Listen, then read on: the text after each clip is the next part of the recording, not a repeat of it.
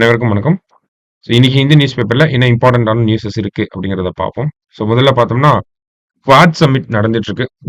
நமக்கு submit and conferences எங்க நடந்தாலும் முக்கியம். சரிங்களா? நமக்கு குரூப் 4ல கூட 49த் G7 சம்மிட் ஹிரோஷிமால நடந்தத வச்சு கேட்டிருந்தாங்க இல்லையா? இந்த இந்த குவாட் சம்மிட் எங்க நடக்குது அப்படின்னு பார்த்தோம்னா, நமக்கு அமெரிக்கால வில்மிங்டன் அப்படிங்கிற இந்த சிட்டில நடக்குது. சரிங்களா? வில்மிங்டன், டெலவேர் அப்படிங்கிற இந்த சிட்டில வந்து நமக்கு குவாட் மீட்டிங் நடக்குது. அதுல கலந்துக்கிறதுக்காக நம்ம பிரைம் மினிஸ்டர் அங்க போயிருக்காங்க. இந்தியா, பாகிஸ்தான் இந்தியா, அமெரிக்காவோட ரிலேஷன்ஷிப், இந்தியா மத்த குவாட் கண்ட்ரிஸ் அப்படின்னு பார்த்தோம்னா, இந்தியா, ஆஸ்திரேலியா, அடுத்தது நமக்கு ஜப்பான், அடுத்தது அமெரிக்கா. இந்த 4 நாடுகள சேர்ந்து தான் நம்ம குவாட் கண்ட்ரிஸ் அப்படின்னு சொல்றோம். இப்ப அந்த 4 நாடுகளுக்குள்ள இருக்கக்கூடிய உறவு வந்து பார்த்தோம்னா, ஒரு செக்யூரிட்டி பேசிஸ்ல செக்யூரிட்டி அண்ட் எக்கனாமிக் பார்ட்னர்ஷிப்னு சொல்லுவாங்க. பட் ஸ்டில் செக்யூரிட்டி தான் பெரிய ரோல் ப்ளே பண்ணும். ஓகேங்களா? பசிபிக் ஓஷன் ரீஜன்ல செக்யூரிட்டி, இந்தியன் ஓஷன் ரீஜன்ல செக்யூரிட்டி பேசிஸ்ல தான் இந்த ஒரு குவாட் சம்மிட் அப்படிங்கிறது ஒரு செக்யூரிட்டி ஓரியன்டடா இருக்கக்கூடிய, பாதுகாப்பு ரீதியாக இருக்கக்கூடிய ஒரு அமர்வு தான். அது ரிலேட்டடா நிறைய டிஸ்கஷன்ஸ் வந்து நடந்திருக்கு. சரிங்களா? முதல் நியூஸ்ல அதை நம்ம பார்க்குறோம். அடுத்ததா பார்த்தோம்னா, air marshal Amarpreet Singh to be next air force chief அப்படின்னு சொல்லி கொடுத்துருக்காங்க. ஏர்ஃபோர்ஸோட அடுத்த ஹெட்டா யார் வரப்போறாங்க அப்படின்னு பார்த்தோம்னா, அமர்பிரீத் சிங் அப்படிங்கிறவங்க வரப்போறாங்க. சரிங்களா? டிஃபென்ஸ் ரிலேட்டடா பார்த்தோம்னா எல்லா அப்பாயின்மெண்ட்டும் அடுத்தடுத்து நடக்கும். சரிங்களா? Chief of defence staff, army, navy, air force இப்படிதான் இந்தியாவோட செக்யூரிட்டி அப்படிங்கிறது இருக்கு. சரிங்களா? சீஃப் ஆஃப் டிஃபென்ஸ் ஸ்டாஃப் யாருன்னா அனில் சௌஹான். அடுத்தது பார்த்தோம்னா ஆர்மிக்கு நமக்கு உபேந்திர திவேதி அப்படின்னு சொல்லி இருக்காங்க. சரிங்களா? ஆர்மியோட ஹெட். நேவிக்கு பார்த்தோம்னா நமக்கு தினேஷ் குமார் திரிபாதி அப்படிங்கிறவரு இருக்கார். DK திரிபாதி அப்படின்னு சொல்லுவோம்.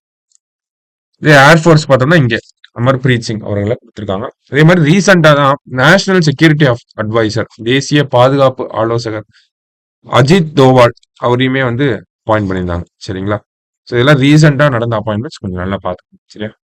மற்றபடி பாக்குறப்ப அதிஷி சமீபத்துல பார்த்திருந்தோம். டெல்லியோட முதலமைச்சராக இருந்த அரவிந்த் கெஜ்ரிவால் ராஜினாமா பண்ணியிருக்காரு. மறுபடியும் அந்த ராஜினாமா கடிதத்தை ஏத்த இந்த கவர்னர் சக்சேனா அவர்கள் அந்த விஷயத்த வந்து ஹோம் மினிஸ்ட்ரிக்கு ஃபார்வர்ட் பண்ணுவாங்க. மறுபடியும் ஹோம் மினிஸ்ட்ரி அப்ரூவல் வந்ததுக்கு அப்புறமா லெப்டினன்ட் கவர்னர் வந்து அடுத்த முதல்வர் வந்து பதவியேற்க அழைப்பாங்க அப்படின்னு சொல்லி. அந்த ப்ராசஸ் எல்லாம் முடிஞ்சு நேத்து அதிஷி வந்து டெல்லியோட சீஃப் மினிஸ்டரா வந்து வந்திருக்காங்க. டெல்லியோட சீஃப் மினிஸ்டரா வரக்கூடிய 3வது பெண்மணி இவங்க தான். இதற்கு முன்னாடி பார்த்தோம்னா சுஷ்மா ஸ்வராஜ் ஃபர்ஸ்ட், அடுத்து செகண்டா யாருன்னு பார்த்தோம்னா ஷீலா தீக்ஷித் அப்படிங்கிறவங்க இருந்திருப்பாங்க. 3வதா அதிஷி வந்திருக்காங்க. சரியா? அடுத்த கட்டமா பாக்குறப்ப நமக்கு வேற என்ன முக்கியமா இதுல தெரிஞ்சுக்கணும் அப்படின்னா, இந்தியாவுல பெண்கள் முதல்வர் ஆகிறது அப்படிங்கிறது ஒரு சிறப்பான விஷயம். அந்த வகையில பாக்குறப்ப இந்தியாவுல தற்போதைக்கு மம்தா பானர்ஜி அவர்கள் மட்டும் இருந்தாங்க மேற்கு வங்கத்துல. இப்போ அதிஷி டெல்லியில வந்திருக்காங்க. அது மட்டும் இல்லாம இந்தியாவுல ஒரு பெண் முதல்வர் ஆகிறது இது 17வது முறையாக இருக்கிறது. ஓகேங்களா? 17வது முறை, 17th டைம் ஒரு உமன் வந்து சீஃப் மினிஸ்டர் ஆயிருக்காங்க.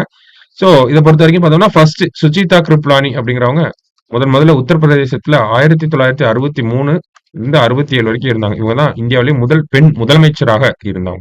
சரியா? அதை பத்தின ஒரு சில விஷயங்களை நமக்கு கொடுத்திருக்காங்க. அடுத்ததா கடைசியா பார்த்தோம் அப்படின்னா 8 உயர் நீதிமன்றங்களுக்கு தலைமை நீதிபதிகளை அப்பாயிண்ட் பண்ணிருக்காங்க. ஆர்டிகல் 217 பேசிஸ்ல. அதுல சென்னை மட்டும் நம்ம பார்த்தோம். மெட்ராஸ் உயர் நீதிமன்றத்துக்கு யார் வந்திருக்காங்க?